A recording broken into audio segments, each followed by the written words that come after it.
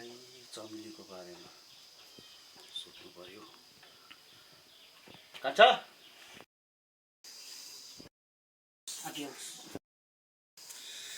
तिमी यति साह्रो पढेको मान्छे है, ग्रेजुएसन गरेको नि तिमीले? हजुर हजुर। यत्रो ग्रेजुएसन गरेर तिमीले यस्तो गुलामीको जिन्दगी कसरी जिइरहेको छौ?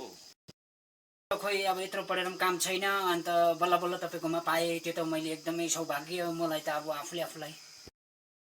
अब यत्रो पढेर पनि यस्तो कामहरू गर्छौ तिमीले होइन? यो अलिक खाने त? हजुर मालिक, म त तपाईँसँग बसेर खाने औकात छैन हो।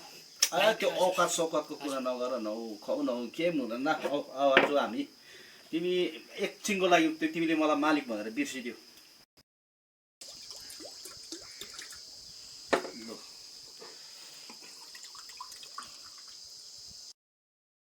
ल ल ल ल हुन्छ हुन्छ। यहाँ बस न बस। होइन होइन मालिक, म हुन्छ।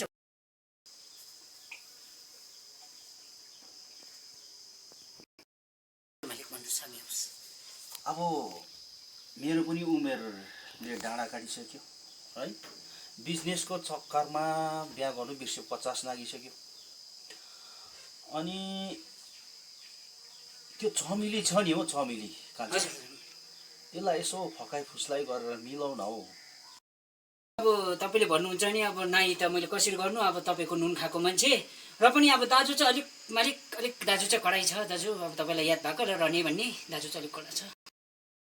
अलिक खाउ न, अलिक खाउ खाउ। लु लु, तिमीले एकदम खुसी कुरा गरे, मेरो मनको कुरा गर्ने।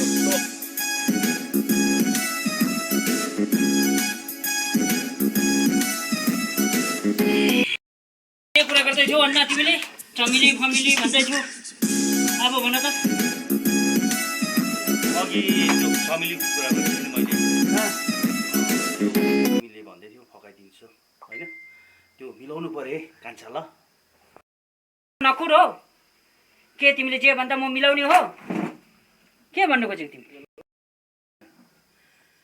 पक्कामै भेट्छ होइन हौ? अघि के हो अघि त्यो चमेली भनेको थिएँ नि हौ, त्यो चमेली चमेली हाँ 50 पुगिसक्यो मान्छे हाँ? तिमी बुद्धि छैन तिम्रो? के भन्नु खोजेको तिमी? तिम्रो नकुर हो तिमी हाँ? तिमी दुनियाँभरको छोराछोरी जिस्काउँदै हाँ 50 नगरेर बुढो भइसक्यो हाँ? होइन यो लास्ट पछि बुढोले के भन्छ? यो हाँ नमुर्दो बुढोले के भन्छ? झनै बदनाम गर्दो रहेछ नि गाउँहरूसँग।